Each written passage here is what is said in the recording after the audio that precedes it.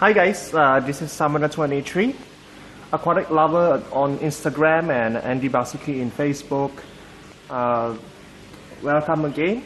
This is going to be part 2 of the Blackwater Biotope creation guide that I ended up making part 1 of quite some time ago. Now, like I mentioned in the video before, that Blackwater biotopes exist in many continents. From in Asia, wise it's mainly known from the peat swamps in Borneo, in Malaysia, in quite a few places. While in South America, wise the Rio Negro is just one of them. As you can see, this setup that you guys see right now is my Morihalis setup. It's a sort of blackwater setup from a tributary of the Lower Colorado River of the Orinoco. And my second setup, you guys want to just take a look. It's this one. This one is my interpretation of Blackwater stream in Sumatra, where, if you can see, the inhabitants are lamb chop or Hengli rasboras. There's quite a small school here, and if you can see some of my crypts, some of them are doing well, some are not, but some of it is probably like already adapted to the soil and everything. There's a small infestation of snails here, but no biggie. But anyways, one of the things that you guys want to take note of when making a Blackwater biotope is like probably it's the water. The water itself, you can try to make it as soft as possible. It's more beneficial because some of these fishes, like I said, mentioned in the previous video, is like most of these fishes live in like mostly soft acidic water. So those that live in areas where your tap water is hard or slightly harder in nature, you might get to either mix it up with partial RO water addition, like half RO water, half tap water, so you can bring down the pH a bit. Another way you guys can soften the water is through the addition of like Blackwater extracts. Either you can use the commercial ones, or probably you can create your own Blackwater extract, as well the addition of like botanicals, like leaf litter. Now talking about leaf litter, let me just show you. Sorry. This is a small bucket of leaf litter I collected. It's taken from near my place, because my housing estate, there's a lot of trees around there, so there's no short supply of fallen leaves and dried leaves and all that. You guys can probably do the same during autumn and all that, when there's a lot of fallen leaves and all that. Just collect a whole sack full and then just store them somewhere for future use.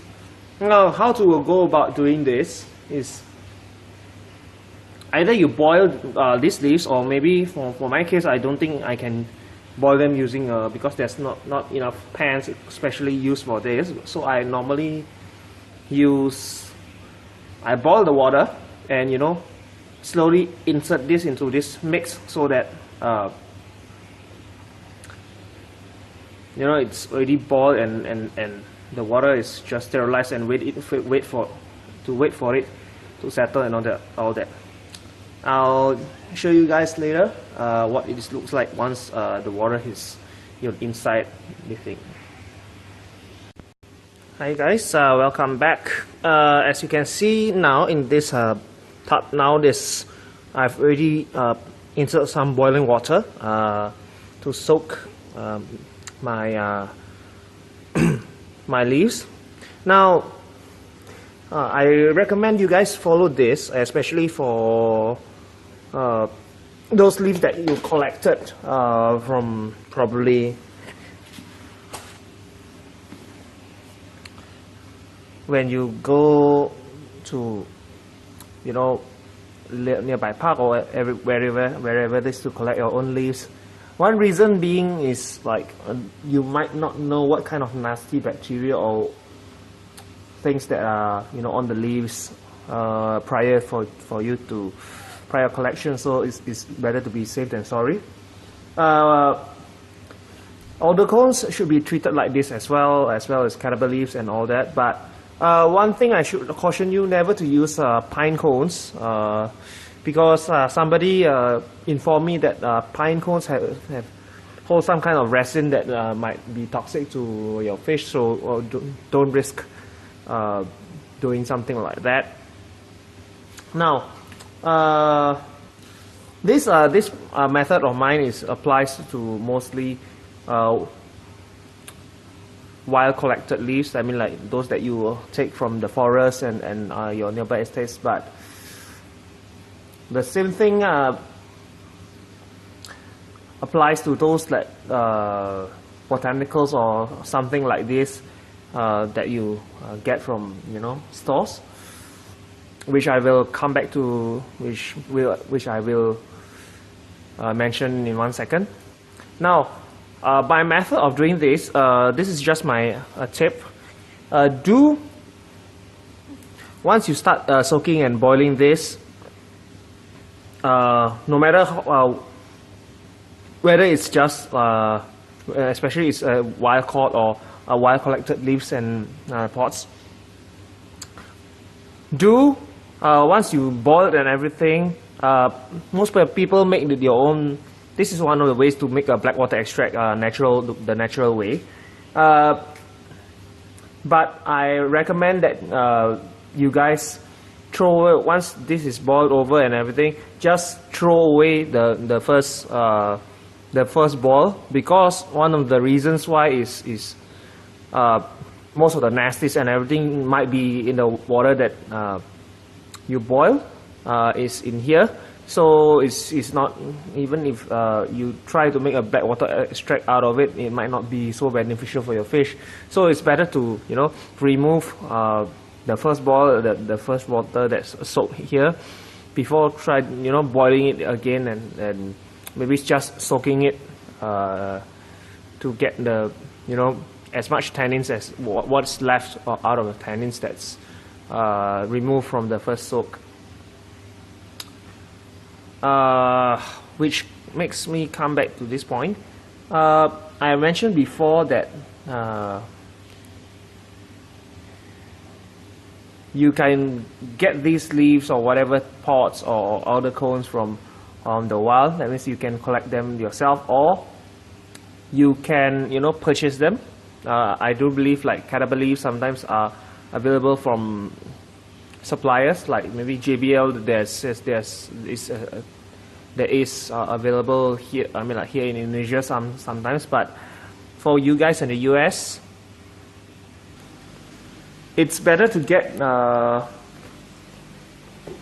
it from Tannin Aquatics, which is a company started by Scott Fellman,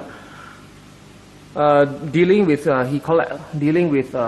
things that revolve around making Blackwater biotopes, such as like pots, some probably soil, leaves, and much more. And now I think they have slightly delved into something a bit more versatile, which is brackish, the brackish spectrum. So just in case you guys are wondering how to contact them, I'll just include the link to Tannin Aquatics as as well as Scott's Facebook page in the description below, and one of it, and that's for the US. But for you guys in the UK, you can contact James Sheen. He's one of the founders of probably Blackwater UK, which imports tannin aquatics products to the UK for those people who use them. And I do believe George Farmer has George Farmer, the aquascaper from the UK, has used some of their tannin aquatics products to make a few Blackwater biotopes for his home. So I like to as well include James and Blackwater UK's link contact in my description, so you can go and find them there and try to make a purchase or something. Last but not least, I like to just also want you guys to check out the Blackwater Biotope group in the UK, which is a Hampshire Blackwater group. I kind of forgot the full name, but I'll just give you guys the link to the group in the description as well, so that you guys can take a look at it, and probably if you guys are interested in building a Blackwater biotope or Blackwater tank, you can go and check there for your reference. All right, that's all, I suppose. Thanks for watching, guys. And before I forget, I'd like to wish you guys big Happy New Year of 2018. May your prospects and may your endeavors and your families be healthy and always be successful this year. Thanks for watching, and as always, this is Summoner 2183 signing off. Bye bye.